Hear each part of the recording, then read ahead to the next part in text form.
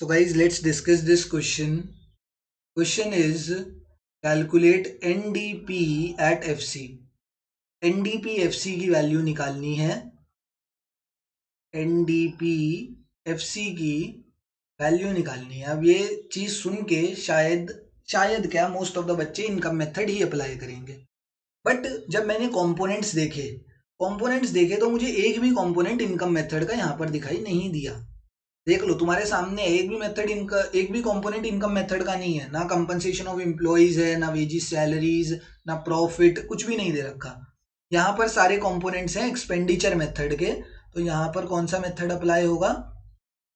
इधर expenditure method apply होगा and बाद में उससे हम एनडीपीएफसी निकाल देंगे चेंजेस करके। तो हम जीडीपीएमपी का फॉर्मूला लगाएंगे एक्सपेंडिचर मेथड में।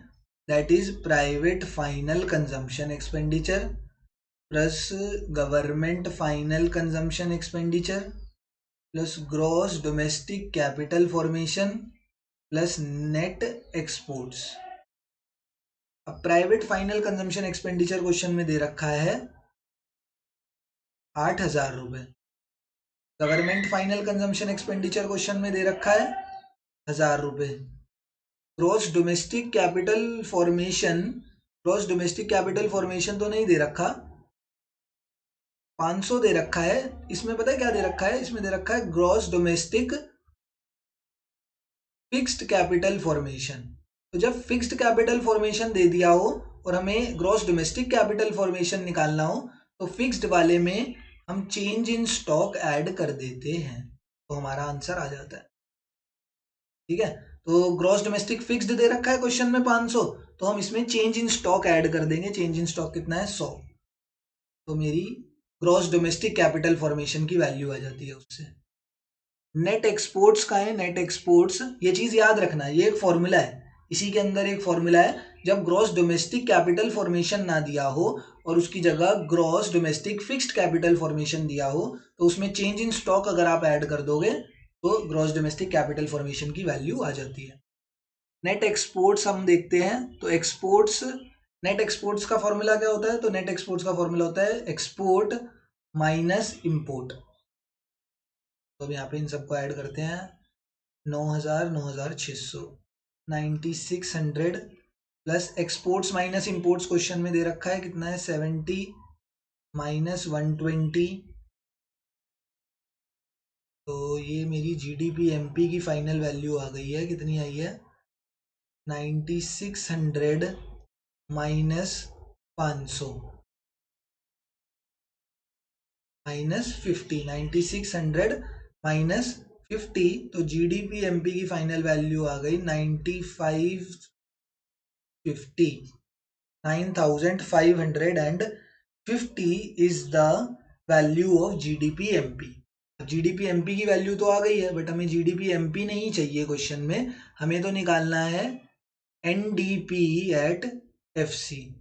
तो हम क्या करेंगे? जीडीपी एमपी की जो वैल्यू है उसमें चेंजेस लेके आएंगे। ग्रॉस से हमें कहाँ जाना है? ग्रॉस से जाना है सर नेट पर। तो हम डेप्रीसिएशन को सब्ट्रैक्ट करेंगे। डोमेस्टिक से जाना है, डोमेस्टिक से तो डोमेस्टिक पे ही रहना है तो कोई चेंज नहीं है। प्रोडक्ट से प्रोडक्ट पे कोई चेंज नहीं। एमपी से एफसी पे जाना है, मार्केट प्राइस से फैक्टर कॉस्ट पर जाना है, तो एनआईटी सब्ट्रैक्ट होता है इस केस में। तो 9,550 minus depreciation, depreciation is consumption of fixed capital, तो माइनस 60 एंड एनआईटी का है इनडायरेक्ट टैक्सेस माइनस सब्सिडीज। तो इनडायरेक्ट टैक्सेस, एनआईटी का भी फॉर्मूला होता है, एनआईटी का फॉर्मूला होता है इनडायरेक्ट टैक्सेस माइनस सब्सिडीज। तो अब यहाँ पर ये तो हो गया मेरा 9,550, तो ये हो जाएगा 9,490 जब मैंने इसको दोनों को सब्ट्रैक्ट कर दिया। और अभी ये एनआईटी की वैल्यू बची है। तो इनडायरेक्ट टैक्सेस क्वेश्चन में दे रखा है 700, इनडायरेक्ट टैक्सेस क्वेश्चन में दे दिया 700 एंड सब्सिडीज क्वेश्चन में दे रखी है 50। 9,490 माइनस 700 माइनस 50 होता है मेरा 650। तो वैल्यू कितनी आ गई? सब्ट्रैक्ट करो इसे तो आएगा 408,840 is the value of NDPFC। NDPFC की वैल्यू कितनी आ गई सर? तो ये मैंने सब्ट्रैक्ट करके देखा and 8840 is the value of NDPFC। Question हमारा इधर कंप्लीट होता है। ठीक है।